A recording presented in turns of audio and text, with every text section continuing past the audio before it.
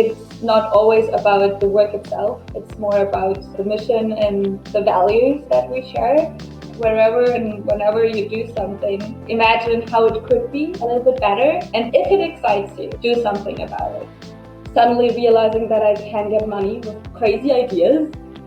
Just go forever you want to do, even if it scares the BS out of you. How can you live sustainable and travel sustainable and have an impact? By having this fun energy, you attract more people. And in the long term, the locals will do it as well. I think that was one of my highlights during my 8 months nomading. So that's my story.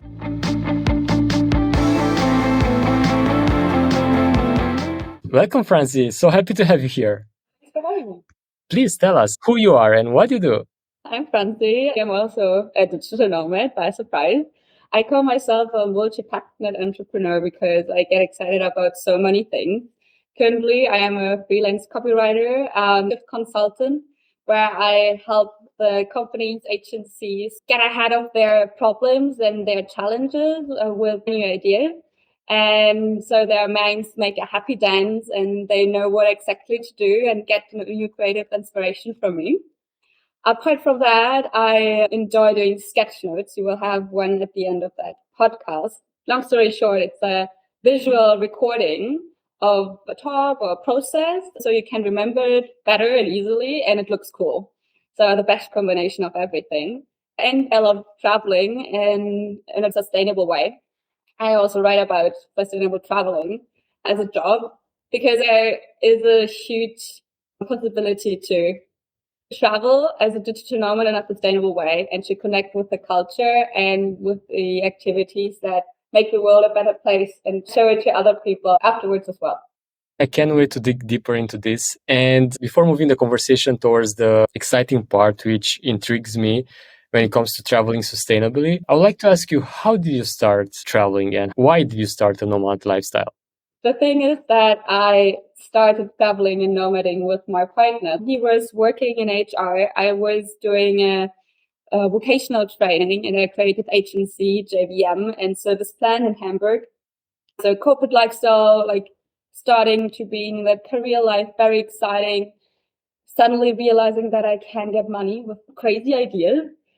And even though that was always my dream to be myself at work and gain with that money, it didn't make me happy because it was 9 to 5 corporate lifestyle, very stressful, and everybody wanted to be better. That was not fulfilling enough. And then Flo suddenly came up with the idea to quit his job. So I thought about it and said, okay, I just travel with you. I just come and visit you. Like we make it work. And after a few months, I was like, oh, why should we just do it for 1 year? Let's do it forever and be digital nomads all our life.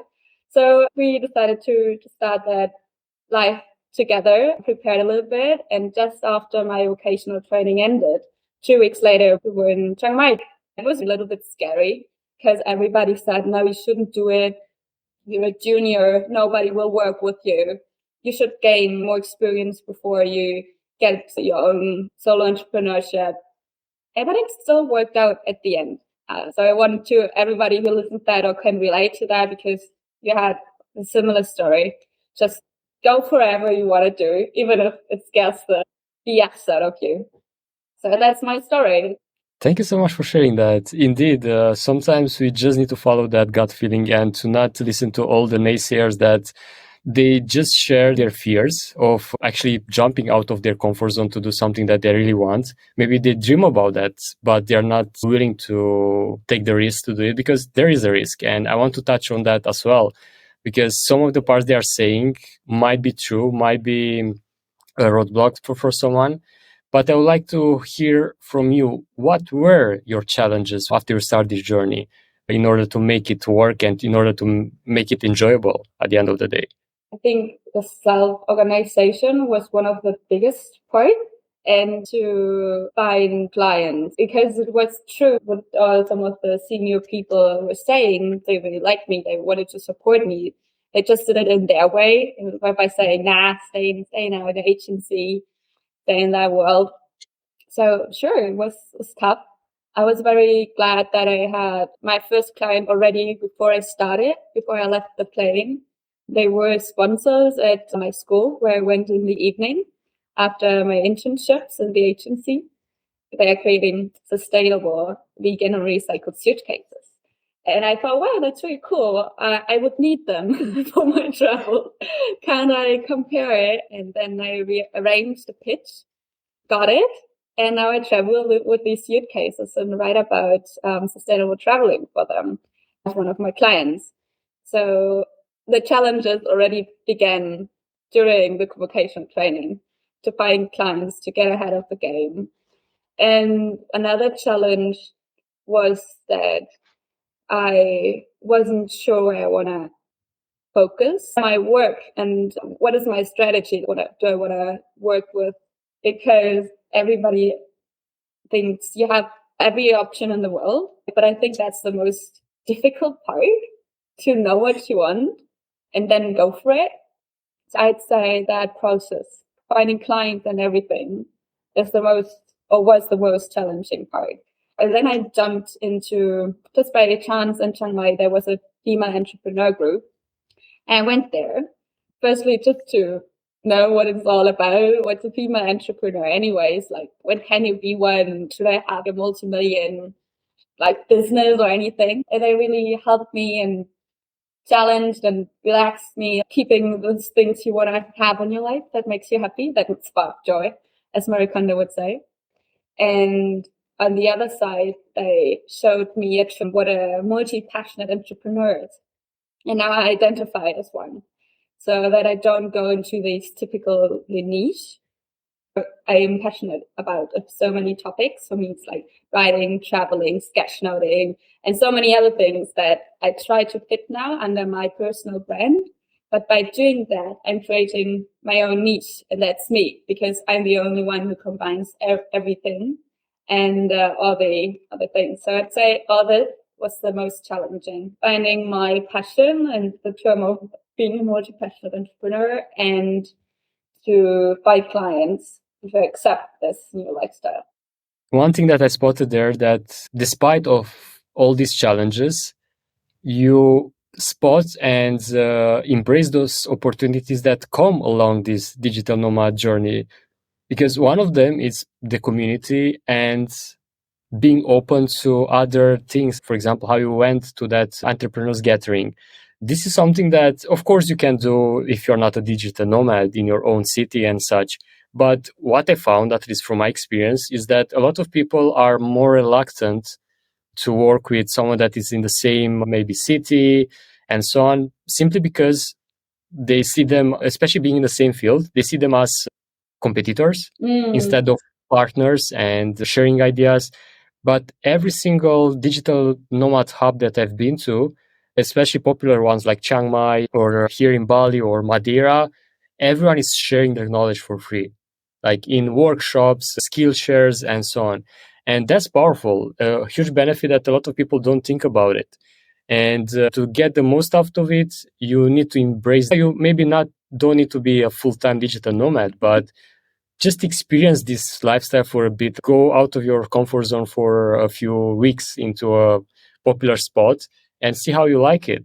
And going back to that first client that you had with the sustainable suitcases, how you will tell someone they can travel sustainably, in the sense that we all rely on airplanes to move from places to places.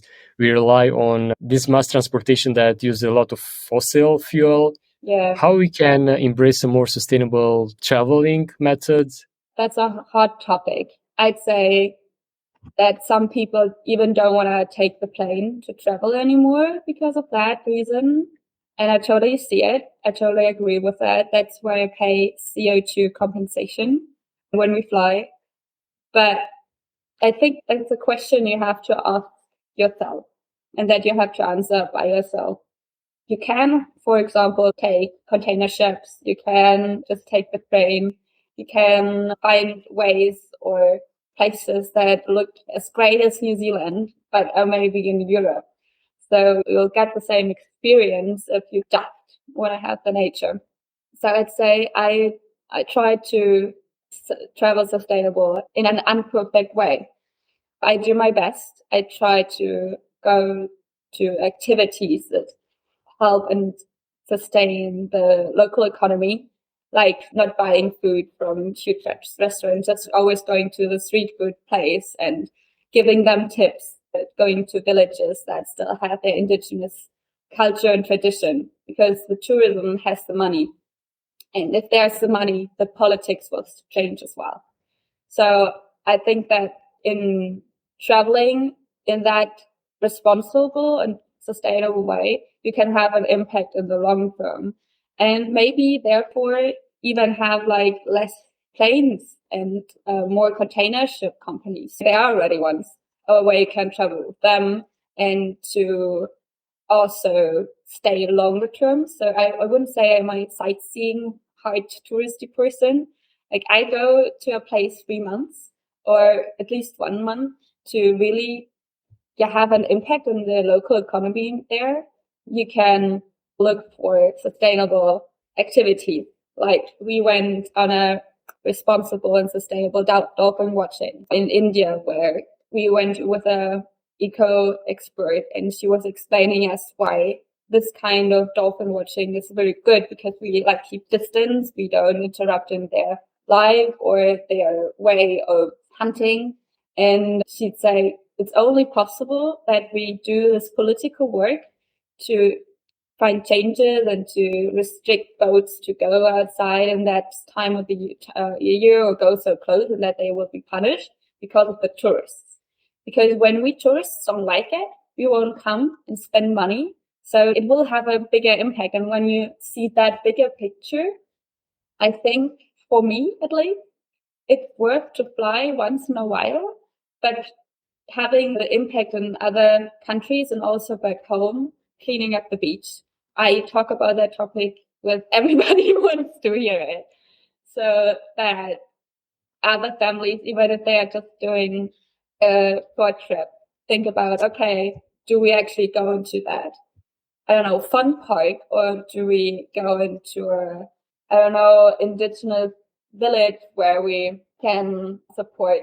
One thing that I love about it is the fact that you have this mindset of integrate your traveling with the local community, which most people don't. They just go to the touristic places, they go to the Instagrammable locations, instead of actually immersing themselves into the local community, not only by helping, but by learning more about how the locals actually live, because you have so many learnings from them. Even here in Bali, where it's such a touristic place, if you go off beaten path, you can find villages in which they still live how they used to do it hundreds of years ago. And not only they are much more healthier and happier than we probably ever been, but in the same time, you can see that you don't need much to live a life. And this consumerism lifestyle that most of us are living is something that actually impacts the environment so much. And the learning from these locals, learning from the indigenous people how to live more sustainably, how to live a life with less, it's something that I think a lot of people should strive for and to try to integrate into their lifestyle. And being a nomad is one of them. You literally live from a suitcase. You, even that you stay a few months in one place, you don't have a lot of things with you. And that's one big lesson for me, at least when I left Romania. I was like, oh my God, I had so many things that I could live without, like full closet, a lot of shoes, and all those things that you wear once or maybe never. And the creation of those clothing, it's one of the biggest polluter out there. Carbon footprint decreases, I think, as well when you purchase less. And about the activities, I'd like to add something. As you said, you don't always have to go on trips or buy anything crazy to have a great experience. But we did a surf course here at a little local shop. And then I saw that someone painted the outside wall. And I was like, oh, that's cool. Could I do that? Do you need the other part of the wall as well? And he was like, sure, don't you worry, go ahead. And then I made friends with an artist, and together with her, I painted the wall of the surf school. And I think that was one of my highlights during my 8 months nomading till now, because it was so special. Like every time I tell it, and in a sustainable way that I have an impact on like the outside wall of the shop. I'm part there, like the local people when we draw, they came and were like giving feedback and saying, oh, we really like the whale and the turtle you're doing there. And got closer friends with Lynn, like the artist I painted with. And she was like, oh, maybe I should start like a workshop for tourists like you. And thanks for encouraging me. I was like, hey, no, thanks like for doing it with me, because it's such more unique when you can share these kind of experience with the local community. And I wouldn't say that I really understand Vietnamese people, but maybe slightly better, get a little better impression of the reality when you live here and work here and have a daughter like she does and going with them on karaoke. What I want to say with that random story is whatever you want to feel like or doing, even if it's like super absurd, like painting a wall of a slip school, just do it. People normally would really love to help you out, as you said. Yeah, that's an awesome experience. And leaving your mark in that way, you can really make an impact. And at the surface, might not be much for those that are not involved, but just imagine how much money can that bring to the economy, because people will purchase from that surf shop now. And on that part, you mentioned that you purchase things and you grab food from food market stalls and such. Any other tips you have for those listening on how to have a more sustainable approach to either traveling or simply day by day living if they are not nomads? I just tell you what my grandma and my mom always told me. I think that's no secret. Always bring your water bottle wherever you go. You never know if you need it. I have always a textile bag with me. I have always like a refillable water bottle. I have Tupperware boxes for your leftovers. Because I also write for a content creator, a German one. She is against food waste. So she's promoting food saving and being a food hero. So working with her, I saw a lot of new tricks and ideas how to organize your fridge better. For example, when we cook here, we always have a place in the fridge. It's like a box where we put the leftovers or things that are going bad easily or soon. So you have it in one box. So that's like a small trick. But apart from that, I have reusable straws with me. I even bring them in the restaurants with me. So it's very funny and weird. People don't always get that I really don't want to have a straw. And I know that this one straw is not that important, but the bigger picture. Another thing is that I always have a plastic bag with me when I go to the beach.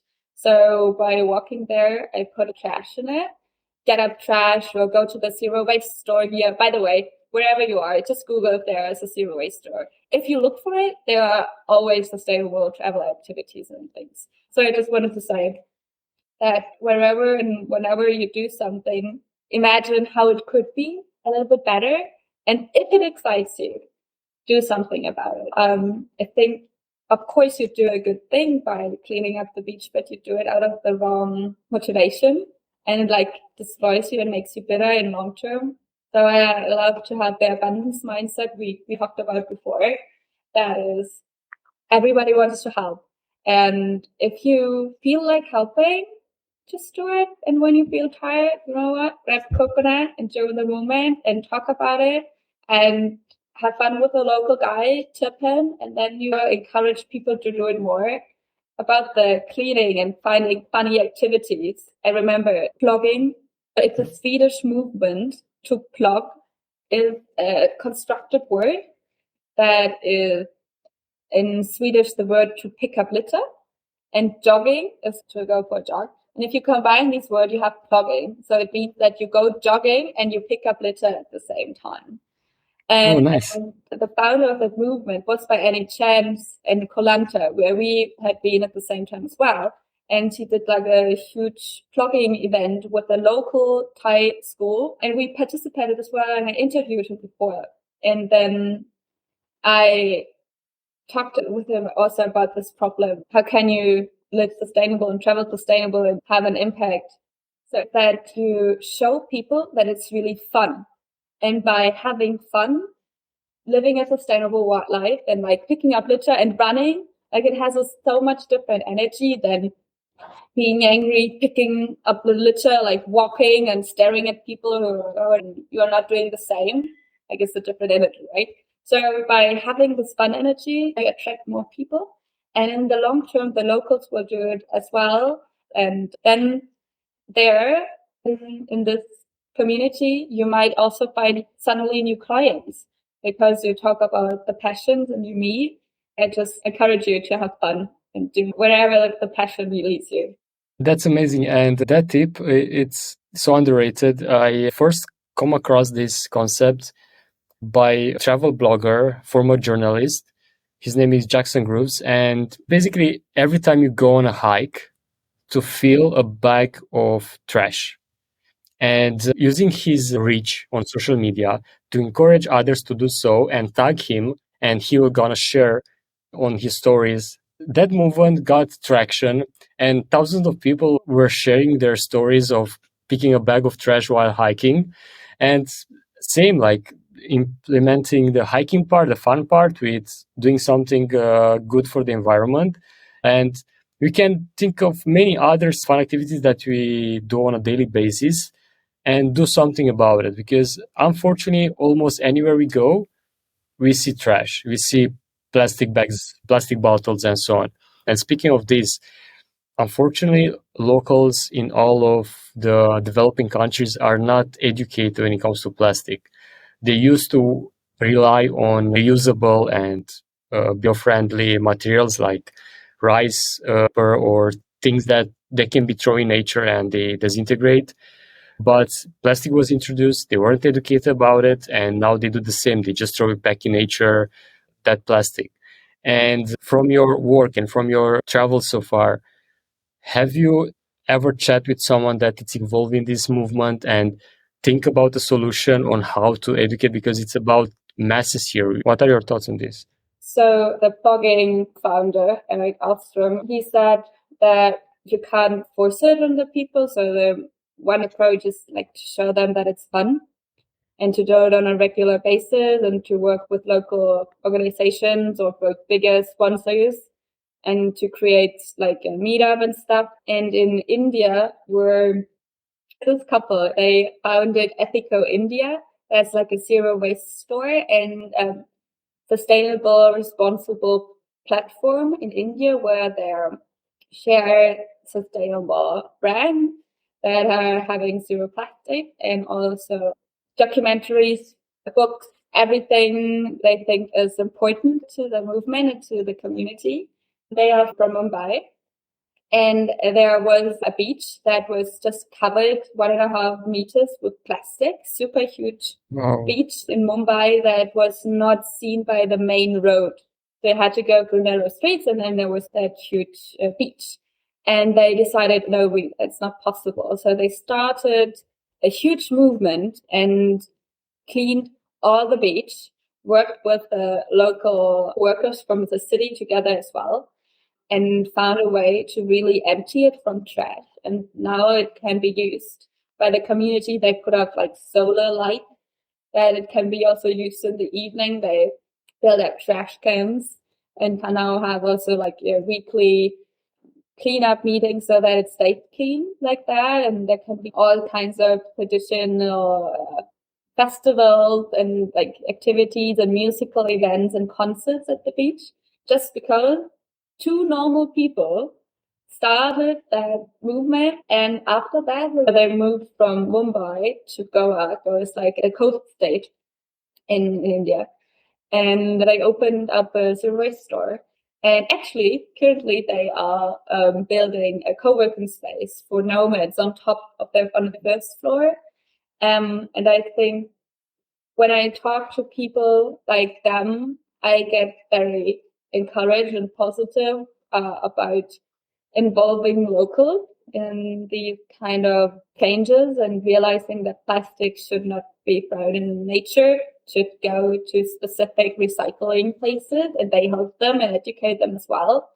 I think for us, it's better to support communities and organizations that already exist, because if you look for it and research it, I'm sure there are already a lot of them. Maybe they're not as powerful, so I think it's a better way to sponsor them or talk about them, write about them. So what do you think about that approach? I think it's way better, and tapping into existing organizations that are already doing, it's definitely much more impactful than trying to build something from scratch yourself, because those things take years. And I know example here in Bali as well. There are two brothers and a sister start that, and they just been on the cover of Forbes 30 under 30 for the movement. Their goal is to clean all the rivers in Indonesia. And Indonesia, unfortunately, is one of the biggest polluters out there when it comes to plastic. And they are doing an amazing job here in Bali, involving the local communities into the cleaning process. They installed barriers to stop the plastic arriving in the ocean, and they clear regularly those barriers, and joining them to clean the rivers, finding other organizations that are doing similar projects for certain can have a bigger impact than we realize. And for those listening that have a huge following on social media, this is a powerful way to have a lasting impact, to use your followers for a better good. For example, that guy that I mentioned that has now, I think he has millions of followers on Instagram. The impact that person had, it's huge. And of course, you cannot measure, but involving others into that challenge helped a lot. And because you mentioned a lot that you work with this client that is into this business of sustainability, I would like to switch a bit of conversation to our business. A lot of those listening aspire to be nomads, aspire to be freelancers or solopreneurs. And I know the challenge that you mentioned, getting clients, it was one of yours. And do you have any tips for them on how to overcome this? And maybe create a step-by-step process that you know it worked for you and can work for the others as well, to get past this thing of getting out of your comfort zone to start something by yourself. I can tell how it was for me, and the listeners can take away whatever they think fits for them. But for me, it was just chance that I stumbled across the client because they were sponsoring an event where we performed our text in cooperation with a theater school. So whenever you see a chant, and it might seem super strange and you think, nah, they would never work with, why should they? Or like wherever you hear these voices, you just switch them off. You talk to the person who is supporting you no matter what, and talk about why you think you can't do it. And then you talk about your limiting beliefs and you question them till the point where you're like, there's no reason I shouldn't do it. And just go for it. So for me, I was really like, oh no, should I write that client? Or should I go to the head of my school and ask him to pitch? Why was that such a hard way to this stuff? Because I had to say the school and like to tell everybody with that decision, and that I won't take the career path everybody expects me to do. I was very lucky. I was in the best agency we could choose. Like I had the best combination. The two agencies I got were the best. And I was really great. I got the best grades and everything. Like they were like, oh no, like she will go and take that career. And I was like, okay, now I have to say that I don't want to. And I want to be a freelancer right after it. So that was the biggest thing. And when I said that out loud, that I want to pitch for that client, it was scary, but I felt that weight left my shoulders, and then I knew it was the right decision. So for the pitch, I prepared slideshow, and I thought what they would need, like what I can offer them, and not what I want to offer. It's more about you have to always think what they need and sell that, and you don't sell yourself, you sell what you can give them. So that is one thing I learned over my pitches and all the things, that you have to leave your ideas aside and focus on them. I consult you to use the Ikigai method. I think you already know it. It's based on a book. And then you ask yourself, what are you talented in and good at? What are you liking? Where are you having fun?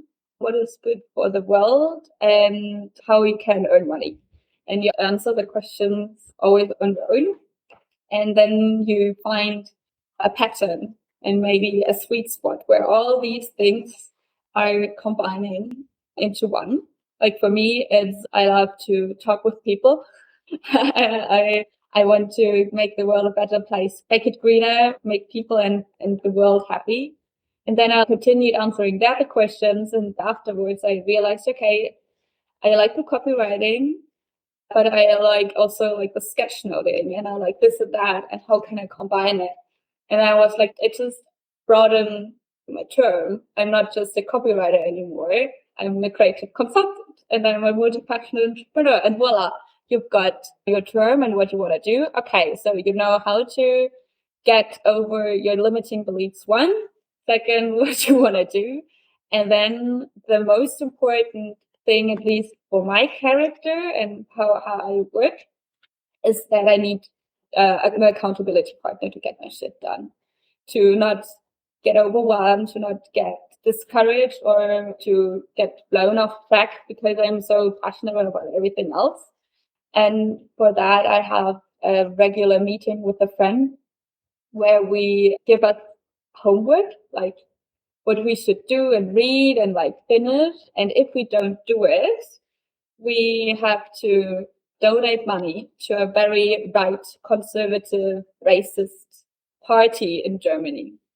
And this is the best boost ever, because normally when you're like, oh, why shouldn't I do it? You don't really have a reason to finish it. But when you found a good enough thing that you really don't want to do, you have the right motivation. Until now, we never forgot a date. We never forgot a deadline. We always finished. And I recommend this method. And of course, counterpart of the punishment, we also give us time to celebrate our achievements. So whenever we wrote a client we want to work with, like a potential client, and we don't know if it worked or not, we celebrate each other. Like we treat ourselves to a massage. I bought an ETF for myself, things like that. It's rewarding. So make it a game and a play. So the fourth thing is, don't hesitate to ask. You don't know it all. That's why after Chiang Mai, I was looking for another female entrepreneur group and I didn't have one. So I founded one here in Da Nang. That was really cool. It's very easy to found a group, by the way. You just copy paste a message every once in a while and then that's it. So I encourage you to do that. If you don't have the people you need around you, just come up with it and do it. It's really not a biggie, only in your head. And that is how I learned so much, and they will guide you or you will guide them. It's an exchange, really, really loving it. And the other thing is to maybe keep track in a book. Like I'm a writer. I always have, like I have 2 notebooks just lying next to me, but they are from a zero waste store. So they are recycled. I just don't know. So I recommend to track what your feelings are and to track your achievements. And if you are having a partner in your life, or even maybe a roommate you want to do that with, or your business partner, I recommend every month reflect on your life and you ask yourself questions like, what am I proud of? What went well? What do I want to improve? And then you answer always the same question. And then this is the first part is about your, like the past month, you practice reflect. The second part is about your relationship with your partner, maybe your roommate or your life partner.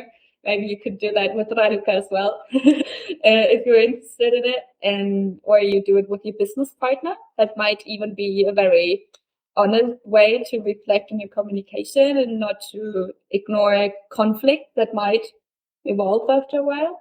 And then you talk about that. You say, hey, one thing I'm thankful for you, like one nice thing you did for me that month, and what went well and what went not so well, and how we might improve things. So very simple. And the third part of that exercise is about your future month, but not regarding your partner. It's again about you, like in the first part. And then you're like, what do I want to achieve? What do I want to get better? And where are my priorities? What do I want to achieve in that month? Why is that so good for your business? And when you're starting out, that you don't lose track of your goals and that you be your own accountability partner and that your own coach a little bit to see how everything works. Because what I realized is that I'm very good in making up stories and saying, oh no, I have so much time. And when I look on the calendar and on my reflections, I see, oh no, I didn't do that. And it's already a month. Oh shoot. Or maybe it's the other way around because I thought, oh, it took so long. And I'm like, oh no, that was last week. And I already achieved more than I wanted to. And then you can adapt your habits and your goals to that. Do you do something similar? That's a powerful method indeed. I used to struggle as well, and now I have a accountability partner in your partner in Flow, and I used to procrastinate a lot. And being aware indeed of the things that you already achieve. I have a small exercise that I do as well, in which I write down the wins from that day, to literally see how many things I accomplished in that day, because often we think, oh, I didn't do that, or I didn't finish that task or that project, but we miss all the things that we actually did. And that's one trick that I used to simply celebrate those wins and get motivated that I actually did a lot of things rather than just telling myself, oh, I didn't finish everything that I supposed to finish, because we never finish everything. And having as well as you do an accountability partner, it's huge. Helps a lot since I started doing that with Flow. And other things that you mentioned that caught my attention was Ikigai. And a lot of people are not even aware of it. Being clear of what you actually want to work towards or want to achieve, it can make a huge difference between failing or succeeding. And I love your approach. If you didn't find a group in which to join, you just build one. And that's the power of networking that I always praise, because networking, it's being open to opportunities. As you mentioned, being open for those opportunities. You mentioned luck there, but I truly believe it's not luck, because luck don't simply happen. Because if you didn't take action, that thing won't happen. And you took action, you were open to opportunities, and that's the power of being active, like taking action, not be a bystander and wait for things to happen to you. And can you also please expand a bit on the services that you offer, and how can people get in touch with you if they want to work with you? As I said at the beginning, I'm a creative consultant and copywriter. So whenever you need help with your content, concept, or your copy, I'm the go-to gal. Make you see new ways and ideas and inspiration you wouldn't thought of, and create a concept and a five-step plan how to achieve it. You have the right pickup to get your dreams come true. And also I do sketch notes. That's one of that creative part I do. So when you have a talk, a podcast, or an event where you want to have like live or afterwards like sketch noting, the visual recording that you will get afterwards from that session as well, I'd be happy to work with you on that end. And funny enough, I'm also starting now as a coach for digital nomads, because I just started as well 8 months ago. So I totally know what your thoughts are, your fears are, and also like the challenges, and give you the right mindset and step-by-step ideas to live that lifestyle. So I'm not the guru who did that since 15 years and doesn't remember how it really went and started and what you like have to get through that part. So if you need an approachable beginner coach, I'm here for you. Apart from that, I'm trying out new things, and I love to write about travel, as you hear about sustainable traveling. So I'm always looking for brands where I can share their mission. That's actually the most important thing, because as I say, I'm multi-passionate. I can do so many things. It's not always about the work itself. It's more about the mission and the values that we share. And then in that form, we see where the pain points are and how I can contribute in the best way. That's awesome. Thanks so much for sharing that. And for those listening, I'll put links to Franzi's contacts into the show notes to get in touch with her. But before we wrap up, you have to create a challenge for our listeners, a short one that they can complete in less than 24 hours. You will hate me at the beginning, but you will love me at the end. You declutter your mail and your files and arrange a new system for it. That's good for your business and also sustainable, because if you get the grid and organization of your mails, you have more time, and that you can invest in sustainable activities and anything. And then when you're less stressed, you're just a better person after all. What you do is that you rearrange the mails in a way that all the important mails get into that label, like maybe to do, like you have to do something about it. The next one is you wait for a message. And the other one is just to archive them. And doing that, you follow like newsletters, and you do a file also where you collect all the mails that spark joy in you, in terms of maybe your first client wrote that mail back to you saying he will accept your job. And like a mail where you said to your old boss, hey, screw that, I will quit. So all the mails you have that inspire you and show the best version of yourself, you put in one file. And whenever you feel discouraged or helpless or stressed about, you just open the file and you go through all that mails and messages. And then you're like, okay, I've got this. I'm good. I'm fine. I can achieve whatever I want.